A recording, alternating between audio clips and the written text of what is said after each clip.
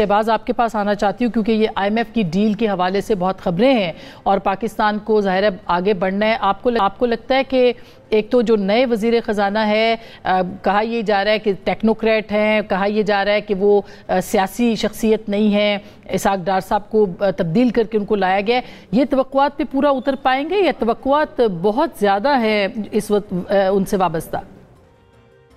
जी बिस्मिल्लाहिर्रहमानिर्रहीम, बहुत शुक्रिया मिस आसमा आपका। देखिए कोई भी नए वजीर आए और ख़ासतौर पर ऐसे वजीर जो एक मुख्तलिफ शोबे से आए और आके वजीर ख़जाना हो, मेरी कोशिश होती है कि किसी भी नए मिनिस्टर को एटलीस्ट 1 से 2 माह का उनको वक्त दिया जाए, उनको काम करते हुए देखा जाए और फिर उसके ऊपर कमेंट किया जाए। लेकिन मोहम्मद औरंगज़ेब साहब जिस चैलेंजिंग सिचुएशन में आए हैं, जिसमें सबसे बड़ा चैलेंज जो उनके लिए बनेगा या है, उनको जो वज़ारत दी गई है वो इसाक डार साहब से लेकर दी गई है।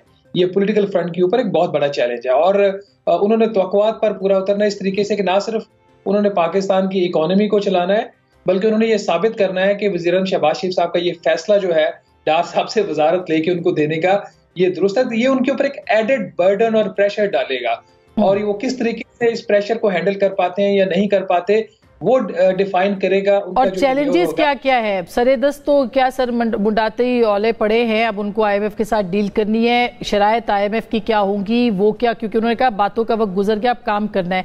किस किस्म के इकदाम IMF तवक्को रखेगी कि वो करें और क्या वो डिलीवर कर पाएंगे उन इकदाम के ऊपर? मुझे ये लग रहा है कि इनको फौरी एक बूस्ट मिलेगा। बूस्ट इस सूरत में इनको मिलेगा कि अभी जो IMF का मिशन पाकिस्तान आ रहा है वो दूसरे जायजा मिशन के लिए आ रहा है, जिसके बदले में इनको $1.1 अरब की ट्रांच मिल जाएगी। जो दूसरा जायजा मिशन है उसकी तकरीबन तमाम शराइत मुकम्मल हो चुकी हैं, तो मुझे इसमें कोई प्रॉब्लम नजर नहीं आता।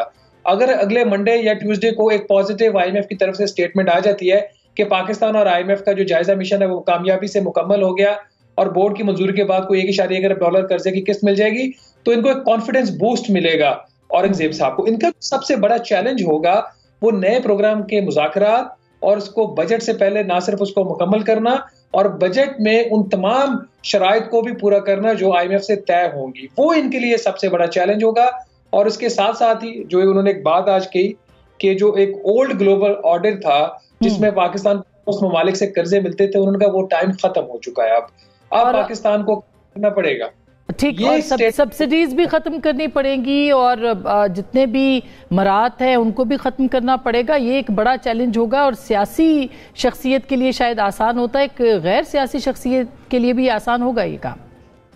ये गैर सियासी शख्सियत के लिए मुश्किल होगा। उसकी वजह ये होगी कि अगर एक जो कोई भी पॉलिटिकल पर्सनैलिटी है उनको पता है किस हद तक वो प्रेशर ले सकते हैं और किस हद तक वो प्रेशर नहीं ले सकते। एक नई शख्सियत के लिए उनकी जितनी अच्छी इंटेंशंस हो, जितने काबिल हो, उनके ऊपर एक एक्स्ट्रा दबाव इस चीज का होगा कि वो एक डेलिकेट बैलेंस होता है किस हद तक आपने IMF का प्रेशर को रेजिस्ट करना है और कहां पे जाके आपने स्ट्राइक करनी है एक डील उनके साथ। वो वाला इनको चैलेंज हो सकता है। जहां तक सब्सिडीज की बात है, सब्सिडीज बहुत ज्यादा पहले ही वापस हो चुकी हैं।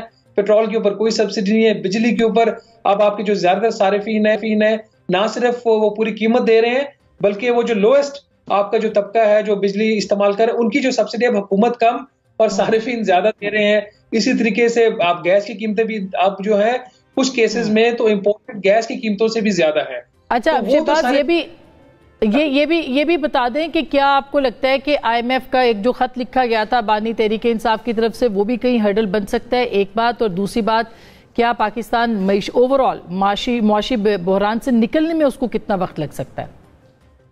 देखिए, जब IMF को खत लिखा गया था इमरान खान साहब की तरफ से, तो मैंने उस वक्त कह दिया था ये बिल्कुल इनकी ऐसी मूव है जो बैकफायर करेगी और इवेंचुअली वो बैकफायर की। और मैं उस खत को ना उस वक्त अहमियत देता था ना अब देता हूं। जहां तक ये बात है कि पाकिस्तान को कितना वक्त लगेगा यहां से निकलने में, आज जो मोहम्मद औरंगजेब साहब ने हमसे बात की उसमें उनकी जो स्टेटमेंट्स थी उससे मेरा ये उसके अंदर असेसमेंट है कि महंगाई हो या ओवरऑल पाकिस्तान की जो इकोनॉमी की ग्रोथ रेट है कम हो, नई हुकूमत और नए वज़ीर ख़जाना ऐसी पॉलिसीज नहीं अपनाने जा रहे जिससे फौरी तौर पर इसका कोई हल निकल सके।